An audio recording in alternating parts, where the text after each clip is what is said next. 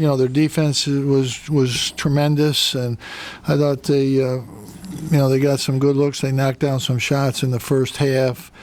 I thought if we could have made 2 or 3 shots from the perimeter in the first half and kept it somewhere in range, that we'd play better in the second half. We played better in the second half, but I give Clemson a tremendous amount of credit. They played very well on both ends of the court, and made some shots, and that's always helpful in this game.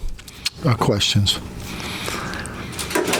Jim, what did they do on Trevor and Mike? They just stayed with him.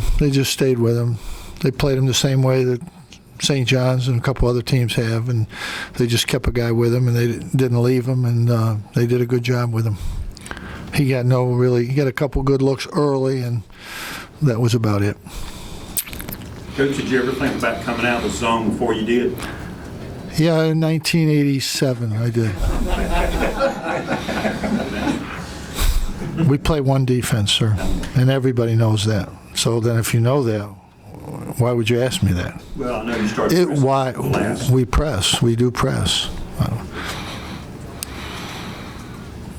Jim, how would you assess kind of the defense? Did you think you guys played okay, or? No, the first half we allowed them to get some shots, and they made them. The second half we moved up a little bit, did a little bit better job, but the offensive rebounding was the game. When we stopped them in the first half 3 or 4 times in a row, we did play good defense, stopped them, and they got 4 putbacks. They had 20 points, second chance points, I think, offensive rebound points, and we haven't really had that happen this year. They just this was really the first game where we got really hurt on the boards.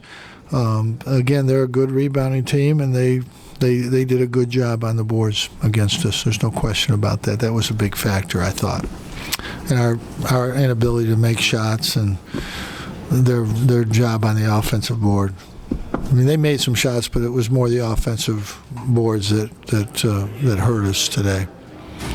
Jim, do you think you guys are still adjusting to McCullough's? Well, no, I don't think that is a factor. I mean, we need another guy. I mean, that's what you never can adjust to that. We played well against Wake Forest, really well. But for us to play well, Trevor and Mike have to score.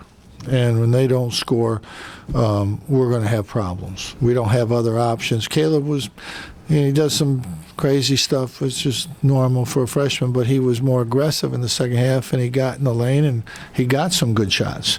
And he has to really continue to do that, because we're getting no scoring out of Ronnie at all. He can't make a shot. So we've got to get something more from Caleb in those situations. I feel like having to play Roberson 36 minutes instead of McCullough handicaps your offense? Well, McCullough's a very good player. We miss him. He early in the year he averaged 14, but he still averaged 10 points, 7, 8 rebounds a game for the year. You can't replace that. We can't. Not many people can. We certainly can't. But there's nothing we can do about that.